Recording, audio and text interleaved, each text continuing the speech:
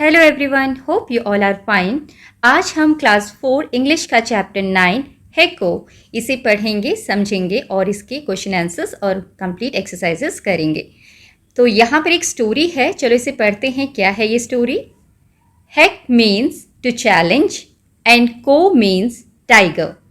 Hack का मतलब होता है चैलेंज। चैलेंज मतलब चुनौती देना किसी को, ठीक है, चुनौती। और को का मीन्स है टाइगर।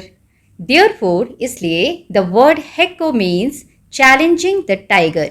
हेको का मतलब क्या है? चैलेंजिंग द टाइगर, टाइगर को चुनौती देना, ललकारना, ठीक है। तो यहाँ पर ये एक कहानी है। There is a folk story in Nagaland which talks about आमी द मैन एंड आखो द टाइगर। तो ये एक कहानी है नागालैंड की, जो कि एक लोक कथा है। फोक स्टोरीज मतलब लोक कथाएं जो लोग एक दूसरे को सुनाते चले आते हैं पीढ़ियों दर पीढ़ी, उसको हम फोक स्टोरीज बोलते हैं। तो ये नागालैंड की फोक स्टोरी है। अबाउट किसके बारे में? आमी। आमी मतलब द मैन, आदमी, एंड अखो, अखो मतलब टाइगर, और टाइगर के बारे में, ठीक है। तो आगे बढ़ते हैं। तो आपको चैप्टर भी बहुत अच्छी तरीके से ध्यान से पढ़ना है, हर एक वर्ड को कैसे बोला जाता है वो भी सीखना है। तो ये स्टोरी है, कहानी। वंस अपॉन अ टाइम, एक बार की बात है, humans and animals live together. Humans मतलब इंसान, ठीक है, हम लोग ह्यूमन हैं, इंसान हैं। इंसान और एनिमल्स, जानवर, लिव टुगेदर, एक साथ रहा करते थे। बहुत समय पहले की बात है, इंसान और जानवर एक साथ रहा करते थे। They had a disagreement about their superiority. तो डिसएग्रीमेंट का मतलब होता है असहमति, मतलब किसी चीज़ को ना मानना। इधर लिख देते हैं असहमति। हम किसी चीज़ से असहमत होते हैं, किसी की बात से, तो हम उसको बोलते हैं डिसएग्रीमेंट, ठीक है। तो वो किस चीज़ से असहमति थी उन दोनों के बीच में? सुपीरियोरिटी को लेकर। सुपीरियोरिटी होती है श्रेष्ठता, कौन अच्छा है, कौन ज़्यादा अच्छा है। तो इंसान बोलते थे इंसान ज़्यादा अच्छे हैं, एनिमल्स को लगता था एनिमल्स ज़्यादा अच्छे हैं, ज़्यादा श्रेष्ठ हैं। तो इस चीज़ को लेके दोनों में सहमति नहीं थी, असहमति थी। The humans challenged Akho and the challenge came to be known as Hekko. तो यहाँ पर जो ह्यूमन्स हैं, इंसान है, उसने आखो को चैलेंज किया। आखो मतलब जो टाइगर है उसको चैलेंज किया। टाइगर को हिंदी में क्या बोलते हैं हम? बाघ, और ये हमारा राष्ट्रीय पशु भी है, ठीक है। तो जो इंसान है उसने किसको चैलेंज किया? टाइगर को। And the challenge came to be known as Hekko. और इस चैलेंज को क्या बोला गया? हेक्को, ओके। तो यहाँ पर देखो, ये इंसान है और टाइगर है, एक साथ रहा करते थे, लेकिन ये क्या करते थे? एक दूसरे को अपने को दूसरे से श्रेष्ठ समझते थे कि मैं तुमसे ज़्यादा अच्छा हूँ। इस बात को लेकर इन दोनों में डिसएग्रीमेंट था। एनिमल बोलते थे मैं ज़्यादा अच्छा हूँ, और ह्यूमंस बोलते थे, मैन बोलता था मैं ज़्यादा अच्छा हूँ। The people in the Mokongchung district of Nagaland play a game named Heko, which is a well-known sport today. The people of Mokokchung मतलब मोकोंगचुंग डिस्ट्रिक्ट है नागालैंड में, वहाँ के लोग एक गेम खेलते हैं जिसका नाम है हेको। और आज जो ये हेको गेम है वो जाना माना स्पोर्ट्स है, ठीक है, सब इसके बारे में जानते हैं। Presently it is played as a team game between two teams, आखो एंड आमी। और आजकल ये जो खेल है इसको दो टीम्स के बीच में खेला जाता है, उन दोनों टीमों को नाम दिया जाता है आखो और आमी, मतलब animal and man. The strongest people in the village are identified through this game. और इस गेम के द्वारा किनकी पहचान होती है? गांव के जो सबसे ज़्यादा ताकतवर लोग हैं, स्ट्रॉन्ग मतलब फिजिकली जो स्ट्रॉन्ग हैं, उनका पता चलता है कि कौन फिजिकली स्ट्रॉन्ग है, क्योंकि वही गेम में पार्टिसिपेट करते होंगे। तो इस गेम में क्या है, कुछ रूल्स बताए गए हैं। There are 11 players in each team. दोनों टीम में अलग अलग 11 प्लेयर्स होते हैं, 11 खिलाड़ी होते हैं। The toss before the game decides which team will be called आमी and which will be called Akho. तो गेम स्टार्ट होने से पहले जो टॉस किया जाता है उससे ये डिसाइड होता है कि कौन सी टीम को आमी बोला जाएगा और कौन सी टीम को आखो। जैसे क्रिकेट में और स्पोर्ट्स में आप देखते हैं ना, टॉस होता है तो कौन पहले खेलेगा और कौन बाद में बैटिंग करेगा, ये डिसाइड होता है टॉस के द्वारा। ऐसे ही टॉस के द्वारा यहाँ डिसाइड होता है कि किस टीम को आमी बोला जाएगा और किसको आखो। तो यहाँ देखिए, यहाँ दो टीम है, एक सर्कल के अंदर है ब्लू वाली और रेड वाली सर्कल के बाहर खड़े हुए हैं, और दो रेड वाले सर्कल के अंदर आने की कोशिश करें। तो चलो आगे देखते हैं कैसे खेला जाता है ये गेम। To play a circle is first drawn and the army team has to stay within the circle by making a human chain. while the Akho team stays outside the circle. तो यहाँ पर गेम को खेलने से पहले एक circle बनाया जाता है और आर्मी टीम इस सर्कल के अंदर होती है। ये जो व्हाइट सर्कल है इसके अंदर ये आर्मी टीम है जो ह्यूमन चेन बना के खड़ी रहती है, मतलब एक दूसरे का हाथ पकड़ के पास पास में खड़ी रहती है। और जो आखो टीम होती है वो सर्कल से बाहर होती है। ओके, फिर आगे क्या होता है देखिए। At first, 2 members of the Akho team enter the circle and try to push the army players outside the circle. तो यहाँ पर सबसे पहले आखो टीम के 2 मेंबर्स सर्कल के अंदर एंटर करते हैं। देखो एक इधर से एंटर किया और एक लेफ्ट साइड से एंटर कर रहा है और ये अंदर आकर आर्मी टीम के जो मेंबर्स हैं उनको धक्का देकर इस सर्कल से बाहर निकालने की कोशिश करते हैं। ठीक है, उसके बाद क्या होता है, When an army player is pushed out of the circle, he is out and cannot enter again. और अगर इन आर्मी टीम में से कोई भी मेंबर, ये जो ब्लू वाले हैं अभी, उनमें से कोई भी मेंबर बाहर निकल जाता है सर्कल से, जब ये धक्का देते हैं तब सर्कल से बाहर निकल जाता है तो वो फिर आउट हो जाता है, वो दोबारा सर्कल के अंदर नहीं आ सकता। The army team also tries to catch the players of the Akho team by surrounding them. When an Akho player is caught, he is not released until he says जोको सरेंडर। तो इसमें army team क्या करती है, अब army team को भी तो कैसे न कैसे बचना होगा, है ना। तो आर्मी टीम क्या करती है, जैसे ही आखो टीम का कोई मेंबर जैसे अंदर आते हैं उनको धक्का देने के लिए, ये भी पूरी कोशिश करते हैं, इसको पकड़ते हैं और जब तक ये जो टीम मेंबर है आखो टीम का ये जोको नहीं बोलता तब तक इसको छोड़ते नहीं हैं। जोको मतलब सरेंडर कर देना, मैं हार मान गया, मैं सरेंडर करता हूँ। ठीक है, तो तब जब तक ये जोको नहीं बोलता तब तक ये आर्मी टीम इसको छोड़ती नहीं है। और when one player gets caught and surrenders, another player from the Akho team enters the circle. Okay, जैसे ही एक प्लेयर को पकड़ लिया जाता है और वो जोको बोल के आउट हो जाता है, सरेंडर कर देता है, तो वो हार मान लेता है, वो सर्कल से बाहर हो जाता है। अब फिर दूसरा मेंबर जोको टीम का अंदर प्रवेश करता है, अंदर आता है, मतलब 2 मेंबर हमेशा अंदर रहेंगे।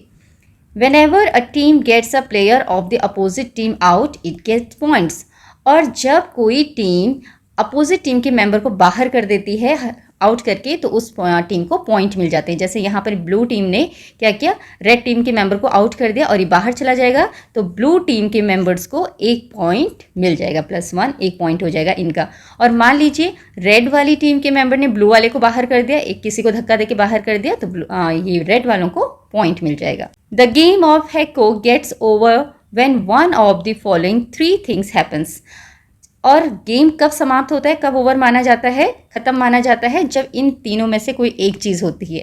पहली, all the members of the आखो टीम गेट कॉट, जब आखो टीम के सारे मेंबर पकड़ लिए जाएंगे। ठीक है, all the members of the army team are pushed out of the circle, या फिर आर्मी टीम के सारे मेंबर्स सर्कल से बाहर धकेल दिए जाएंगे। पुश आउट मतलब बाहर धकेल दिए जाएंगे।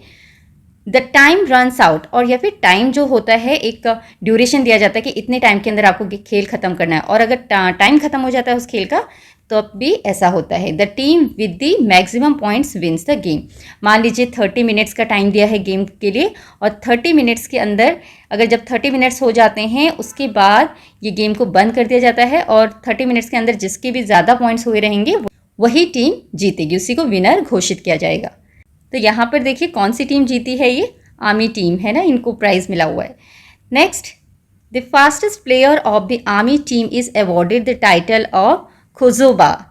ठीक है, तो आर्मी टीम का जो फास्टेस्ट प्लेयर होता है, सबसे तेज प्लेयर होता है, तेज काम करने वाला, तेज गेम को खेलने वाला, उसको खोजोबा बोला जाता है, उसको खोजोबा का टाइटल दिया जाता है। And the strongest player of the आखो टीम, और आखो टीम का जो मजबूत खिलाड़ी होता है, सबसे मजबूत खिलाड़ी होता है, स्ट्रॉन्ग होता है जो, उसको कौन सा टाइटल दिया जाता है, Khotiba. Okay, the strongest player of the आखो team is awarded the title Khotiba. Okay, मतलब दोनों टीम के एक एक खिलाड़ी को टाइटल दिया जाता है, तो ये बहुत अच्छी बात है।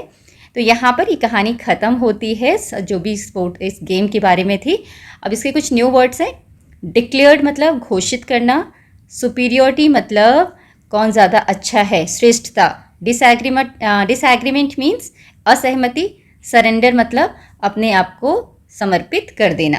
तो यहाँ पर इन वर्ड्स के मीनिंग लिख दिए हैं। डिक्लेयर्ड मतलब घोषित करना या घोषणा करना, एंड सुपीरियोरिटी मतलब श्रेष्ठता, डिसएग्रीमेंट असहमति, सरेंडर समर्पण। Okay, now come to question answer. पहला क्वेश्चन है, what does the word Hekko means. Hekko शब्द का मतलब क्या है। The word Hekko means challenging the tiger. इसका आंसर क्या है? The word Hekko means challenging the tiger, tiger को चैलेंज करना, चुनौती देना। दूसरा क्वेश्चन है what are the two teams in the game called. गेम में जो दो टीम्स होती हैं उनका नाम क्या है, उनका नाम क्या होता है वो आपने बताना है।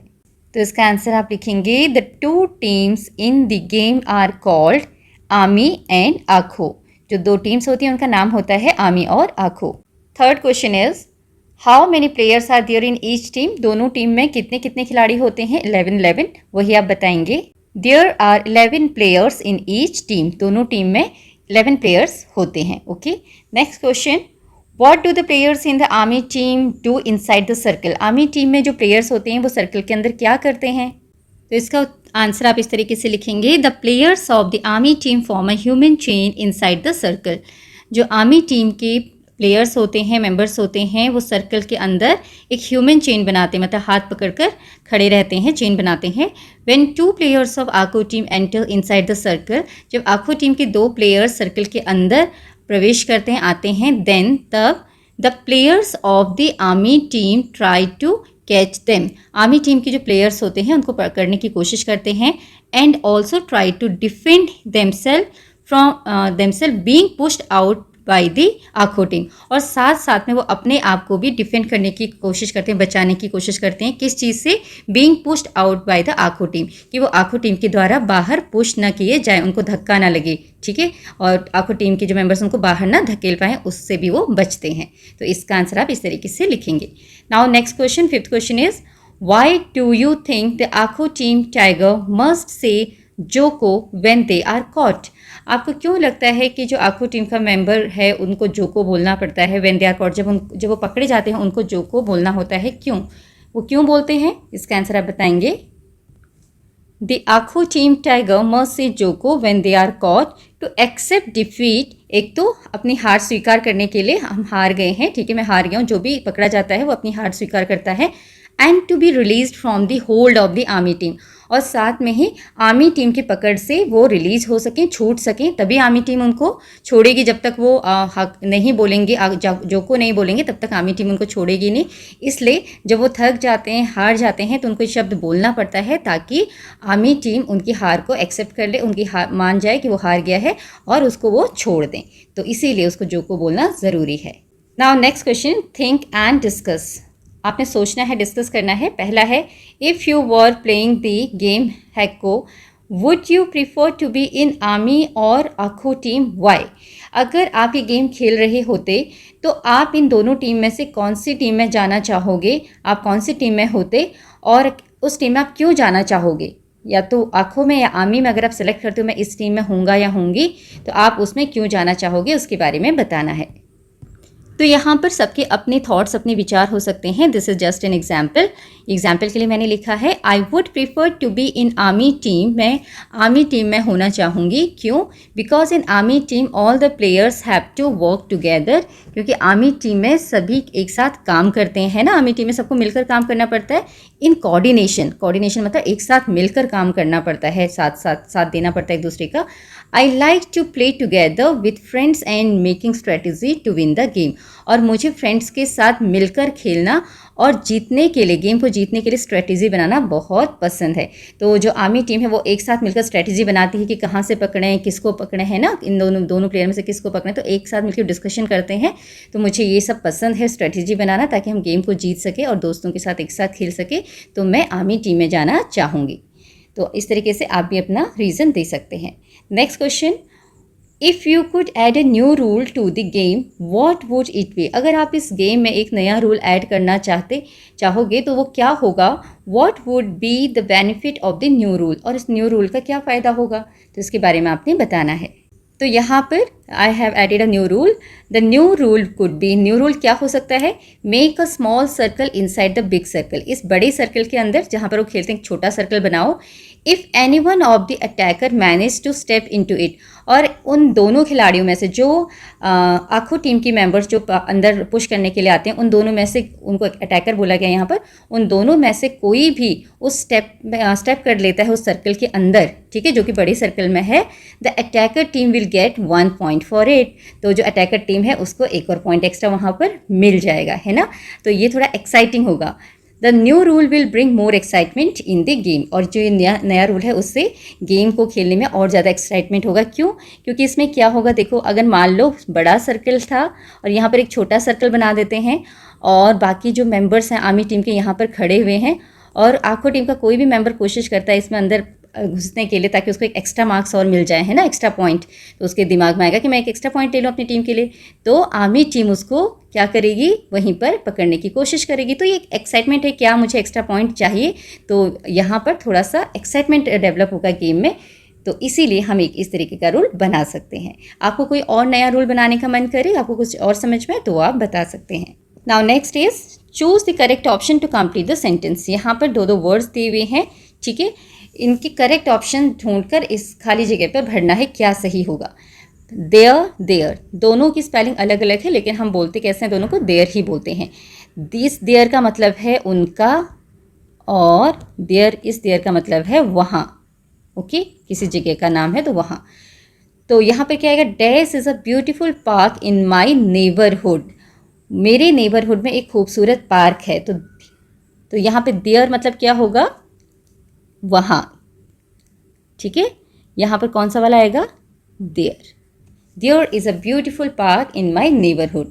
दे completed dash work very fast. उन्होंने काम किया बहुत जल्दी। दे कंप्लीटेड देयर वर्क, उनका काम, उन्होंने उनका काम मतलब उन्होंने अपना काम बहुत जल्दी किया। यहाँ देयर का मतलब अपना से आ जाएगा।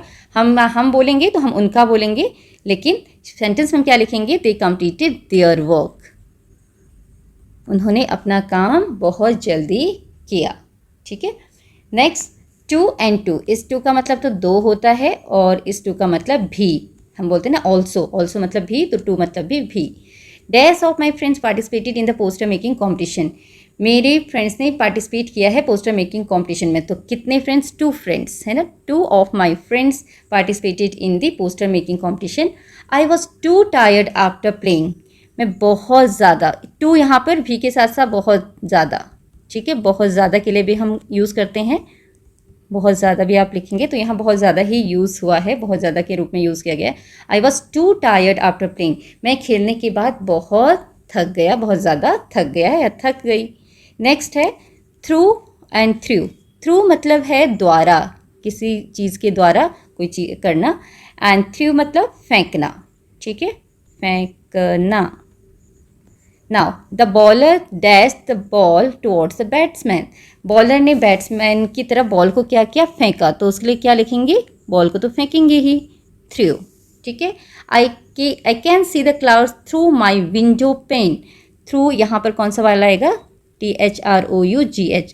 मैं अपनी खिड़की के पेन के द्वारा, विंडो पेन जो होती है ना, आपकी ग्लास होती है जो खिड़की पे कांच लगा होता है, उसको बोलते हैं विंडो पेन। वहाँ से क्या देख सकता हूँ, क्लाउड्स को। खिड़की विंडो पेन के द्वारा या विंडो पेन से अब बादलों को देख सकता हूँ या देख सकती हूँ आर पार, ठीक है।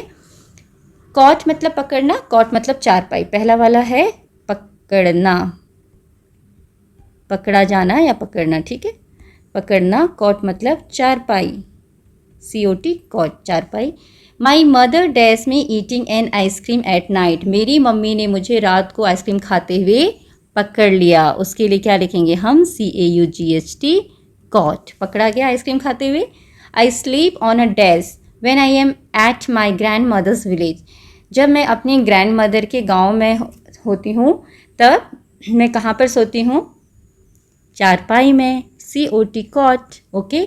आई sleep on a cot when I am at my grandmother's village. जब गाँव में ज़्यादातर क्या होती हैं, चारपाइयाँ होती हैं, तो इसीलिए सेंटेंस लिखा गया है। तो आप यहाँ पर कॉट फिल करेंगे। नेक्स्ट है राइट एंड राइट। राइट मतलब दायां बायां, आपको पता है, दाएं हाथ की तरफ, बाएं हाथ की तरफ, लेफ्ट देखो राइट देखो तब चलते हैं, ठीक है। और राइट मतलब सही भी होता है। एंड दिस राइट मीन्स लिखना, ओके, लिखना। अब यहाँ पर कौन सा आएगा, while crossing the road look to your. Obviously यहाँ तो राइट ही आएगा, RIGHT। दाएं देखें, right, then left, then right again, and then cross the road. तो जब आप रोड क्रॉस करते हैं पहले राइट में देखो, फिर लेफ्ट में देखो, फिर राइट में देखो और तब रोड क्रॉस करो। Dash in a neat legible handwriting. अब neat and legible handwriting में क्या करते हैं हम, राइट बोला जा रहा है कि आप लिखो, ठीक है, write in a neat and legible handwriting. तो यहाँ पर इस तरीके से आप इसे करेंगे। Next is look at the pictures and write their names, one has been done for you. Okay, इनके नाम आपने लिखने हैं, जैसे कि पहले इसका लिखा हुआ है स्टर, स्टेयर्स, चर्च, च एंड ग्ल, ठीक है। तो इनसे स्टार्ट होने वाले वर्ड्स को आपने इन बॉक्सेस के अंदर लिखना है। तो सबसे पहले स्टेयर्स लिखा हुआ है सीढ़ी का, देन यहाँ पर स्टार्स, पहला स्टार है तो STAR, आप स्टार यहाँ लिख दीजिए, ये हो गया। उसके बाद ये क्या है, ग्लू, GLUE, ग्लू। फिर ये क्या लग रहा है आपको, च से charger, CHARGER, charger, okay. Then ये है ग्लास, ग्लास को आप लिखेंगे यहाँ पर। उसके बाद ये क्या है, चेयर, CHAIR, चेयर। तो इस तरीके से आपने इनको लिखना है। Next is match the animals with your sound. Animals के नाम लिखे हैं, उनके साउंड्स लिखे हुए, तो उनको आपने मैच करना है। तो टाइगर क्या करता है, रोर्स, टाइगर रोर्स, गुर्राता है। Horse, neigh. Elephant, trumpets. Then dove, dove क्या करता है, coos. Then goat, bleat. Monkey, whoops. तो आप अच्छी तरह से एनिमल्स और उनके साउंड्स याद कीजिएगा। Next is read the following sentences, notice the underline words. In sentence को पढ़ना है और फिर जो अंडरलाइन वर्ड्स उनको ध्यान से नोटिस करना है, देखना है। वंस अपॉन अ टाइम, एक बार की बात है, humans and animals live together. Akho declared that the tigers had the first right on all the things, the human challenged Akho. The underlined words tell us that the events happened some time ago or in the past. तो ये underlined words से हमें पता चलता है कि जो ये बताई गई है बात यहाँ पर, ये कुछ समय पहले या पास्ट में हुई है, पूर्व में हुई है ना, हो चुके हैं। जैसे once upon a time से पता चलता है कि बहुत पहले की बात है, पहले हो चुकी है। lived, रहते थे, लिव्ड मतलब रहना होता है लिव, और उसका past tense lived, past form है। डिक्लेयर, घोषणा की। चैलेंज, चैलेंज दिया। तो ये इन शब्दों से हमें क्या पता चल रहा है कि ये सब पास्ट में हुई हैं चीज़ें, ठीक है। In past simple tense you can add ED to the verb to get this form.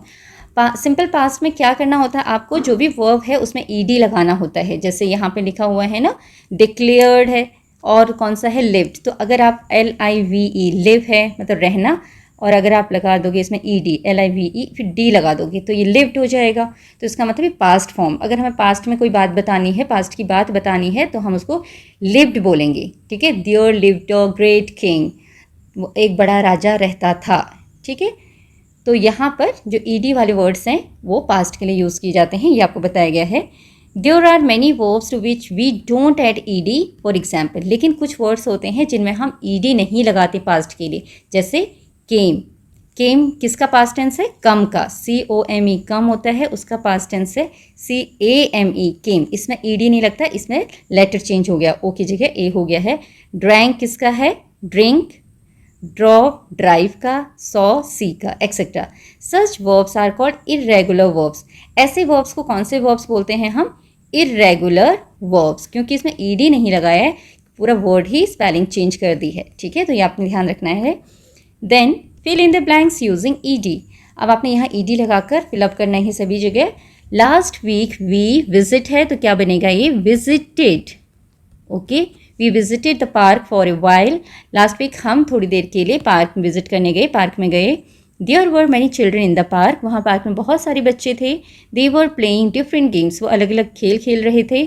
My mother point है, लिखा है पॉइंटेड, पॉइंटेड मतलब इशारा करना।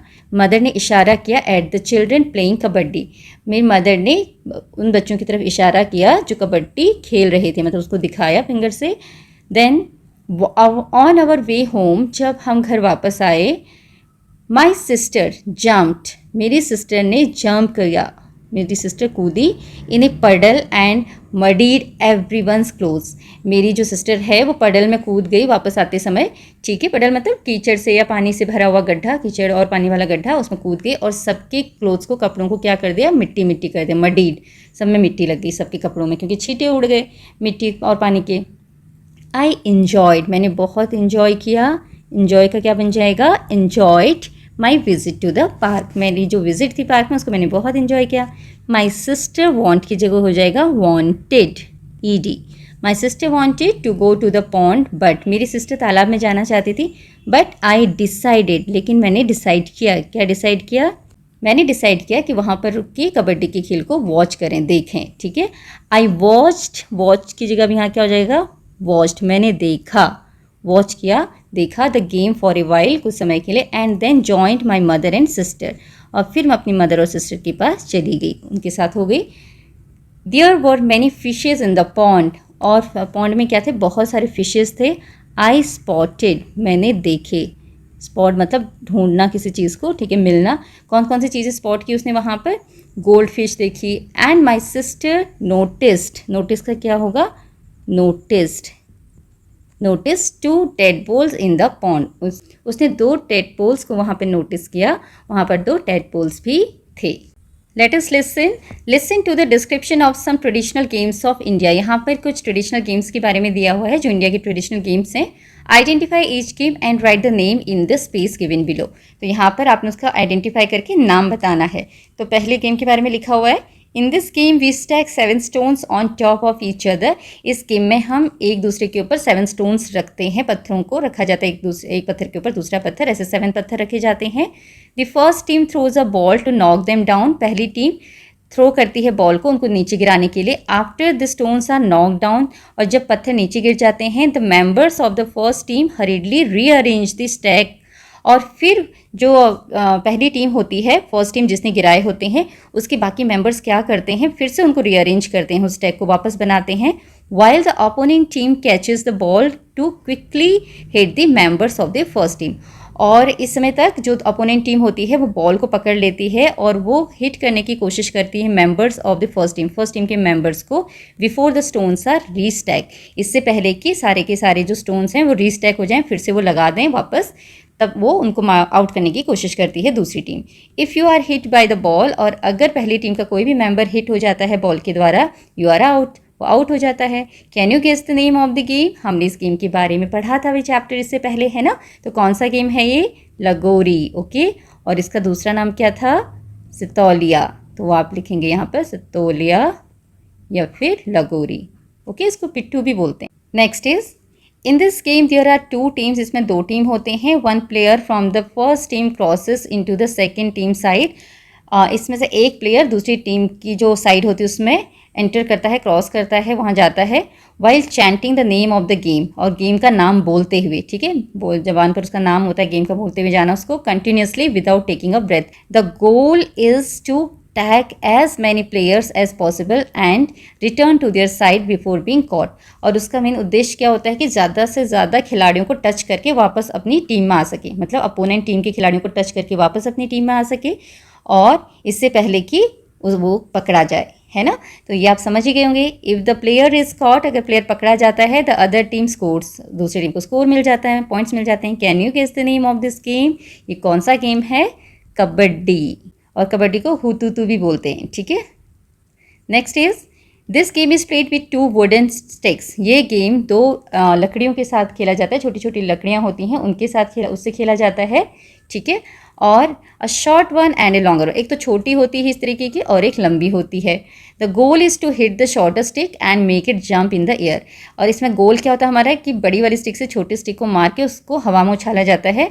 Then strike it again to send it flying, फिर उसको दोबारा हवा में मारते हुए, स्ट्राइक करते हुए फ्लाई करवाया जाता है, उड़ाया जाता है। Players measure how far the shorter stick travels to the score point, तो यहाँ पर ये देखा जाता है कि जो ये छोटी स्टिक है ये कितने दूर गई है, इसको मेजर किया जाता है वहाँ से जहाँ से स्टार्ट किया था खेलना, ताकि उनको पॉइंट्स मिल सकें। तो ये कौन सा गेम है, ये है गिल्ली डंडा, इसको बोलते हैं gilli danda, DANDA, okay. Next, in this game 2 children form an arc with their arms while other walk under it, देखो आर्क मतलब इस तरह का शेप, इसको आर्क बोलते हैं। 2 बच्चे हाथ पकड़कर इस तरह का आर्क बनाते हैं और बाकी इनके बीच से यहाँ से आगे को निकलते हैं, फिर वापस जाते हैं, फिर ऐसे फिर वापस यहाँ से आते हैं, ठीक है, इस तरीके से। सिंगिंग अ सॉन्ग, और गाना गाते हुए। व्हेन द सॉन्ग एंड, जब गाना खत्म हो जाता है, the arch drop and the player caught join in. Okay, और जब गाना खत्म हो जाता है तो ये दोनों जो इन्होंने आर्क बनाया है वो इसको क्या करते हैं, हाथों को नीचे कर लेते हैं और जो भी प्लेयर उस समय बीच में आता है उसको पकड़ा जाता है। ठीक है, देन फिर क्या होता है, it's a fun and rhythmic game played in many parts of India. ये एक रिदमिक गेम है, फन के लिए खेला जाता है।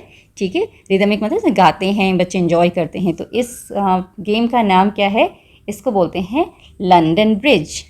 क्या बोला जाता है, लंदन ब्रिज। देन आपकी भाषा में कोई और नाम है वो भी आप बता सकते हैं। नेक्स्ट क्या है, in this game children use a small round shaped glass objects.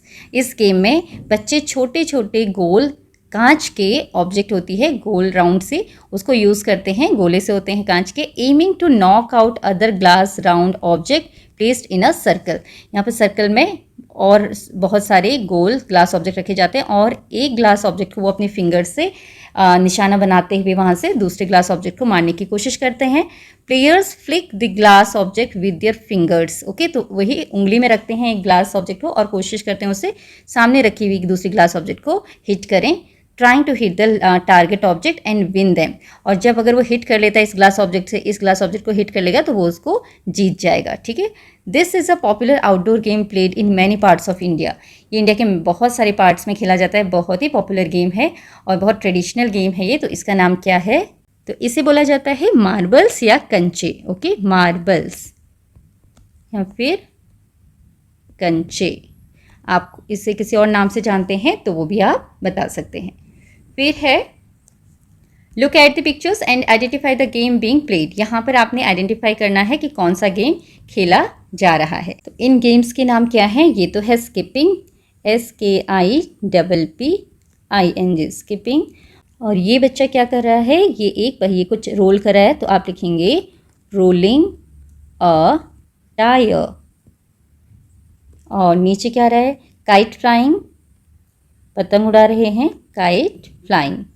और यहाँ पर क्या कर रहे हैं, एक लट्टू को स्पिन करवा रहे हैं, तो आप इसमें लिखेंगे टॉप स्पिनिंग या spinning a top, spinning A top. Next, have you played any of these games before. आपने इनमें से कोई गेम खेला है पहले, कोई भी गेम आपने खेला है तो आप बताएंगे yes I have played skipping. जो भी आपने खेला है उसका नाम आप लिखेंगे यहाँ पर, येस आई हैव प्लेड, हाँ मैंने खेला है skipping. This is just for example, आपने जो भी गेम खेला इसमें से वो आप उसका नाम आप यहाँ पर लिखेंगे। Then discuss with your partner about the games you recognise. आपने इसमें से जो भी गेम खेले हैं, ठीक है, और जो भी गेम आप देख रहे हो जिन्हें आप पहचान पा रहे हैं उनके बारे में डिस्कस करेंगे। Which one is your favourite, why do you enjoy playing it. आपका फेवरेट गेम कौन सा है और आप उसको कैसे एंजॉय करते हो, क्यों एंजॉय करते हो, उसके बारे में बताना है। You read how the people of Nagaland made the game of Hekko. आपने पढ़ा कि नागालैंड के लोगों ने जो गेम हैको है वो कैसे बनाया, ठीक है, कैसे शुरुआत हुई इसकी। Use the space given below to write about a new game that you would like to play. यहाँ पर आपने जो स्पेस दी है उसमें क्या करना है, एक नए गेम के बारे में बताना है, लिखना है that you would like to play, ठीक है, जो आप खेलना चाहोगे। तो यहाँ पर एक गेम बताया है, जो आप देख सकते हैं, बैलून बैलेंस। इसे कैसे करना है, इसे खेलने के लिए 10 मिनट का समय ले सकते हैं आप, 5 मिनट्स दोनों टीम के लिए। और number of players 5 members in each team, दोनों टीम में 5 मेंबर्स ले सकते हैं। Material needed balloons and chalk to make circle, balloons और एक चॉक नीचे ज़मीन पर सर्कल बनाने के लिए। All the players of one team stand inside the circle, ज़मीन पे एक सर्कल बना लेंगे बड़ा सा, और जो 5 मेंबर्स होंगे टीम के उनको सर्कल के अंदर खड़ा होना है। ईच टीम गेट 2 बैलून्स, हर एक टीम को 2 बैलून्स मिलेंगे। तो जो टीम अंदर खड़ी रहेगी अपने दोनों बैलून्स को क्या करेगी, जो कि फूले हुए बैलून्स होंगे, players of the team must keep their balloons in the air by hitting them gently. 2 balloons हैं और 5 मेंबर्स हैं, उनको बैलून्स को धीरे से हिट करके ऊपर हवा में उड़ाते रहना है, धीरे धीरे करके, ठीक है, उसको नीचे ज़मीन पे टच नहीं होने देना है, कम से कम 5 मिनट का जो टाइम है उसके अंदर। If a balloon touches the ground the other team gets 1 point. और अगर आपका बलून, दोनों बलून से कोई भी बलून अगर नीचे ज़मीन पर आ जाता है तो दूसरी टीम को 1 पॉइंट मिल जाएगा। The team with the highest point at the end wins. और ऐसे ही दूसरी टीम को भी 5 मिनट्स तक मौका मिलेगा, और दूसरी टीम जो भी टीम बैलून नीचे कर देगी वो तो दूसरी टीम को मिल जाएगा पॉइंट, और जिस भी टीम के ज़्यादा पॉइंट्स होंगे 5 मिनट्स के अंदर, उस टीम को विनर घोषित किया जाएगा, वो विनर होगा। फॉल कब होगा? If a player hold the balloon in hands for more than 3 seconds. अगर कोई भी प्लेयर किसी भी टीम का 3 सेकेंड से ज़्यादा अपने हाथ में बलून को पकड़ के रखता है तो उसको फॉल बोल देंगे, तो फॉल हो जाएगा वहाँ पर। दूसरा, if a player pushes another player, अगर ये गेम खेलते समय एक दूसरे को पुश कर रहे हैं तो वो भी फॉल माना जाएगा। ओके, तो इस तरीके से आप भी कोई गेम बता सकते हैं। नेक्स्ट है, Nagaland is a land of festival. Nagaland को लैंड ऑफ फेस्टिवल्स भी बोलते हैं। Hornbill is one of the festivals to promote the culture of the state. Hornbill वहाँ का एक फेस्टिवल्स है जो किसको प्रमोट करता है? उस स्टेट के, उस राज्य के कल्चर को प्रमोट करता है कि वो कैसा है, वहाँ का कल्चर, वो सब दिखाया जाता है उसमें। Find out more about it, तो आपने इसके बारे में और पता करना है इस हॉर्नबिल फेस्टिवल के बारे में। तो यहाँ पर आपका ये चैप्टर कंप्लीट होता है। आई होप इसमें जो भी बातें आपको बताई गई हैं वो आपको समझ में आई होंगी। और अगर आपको वीडियो अच्छी लगी है तो please subscribe the channel and press the like button. Thank you for watching.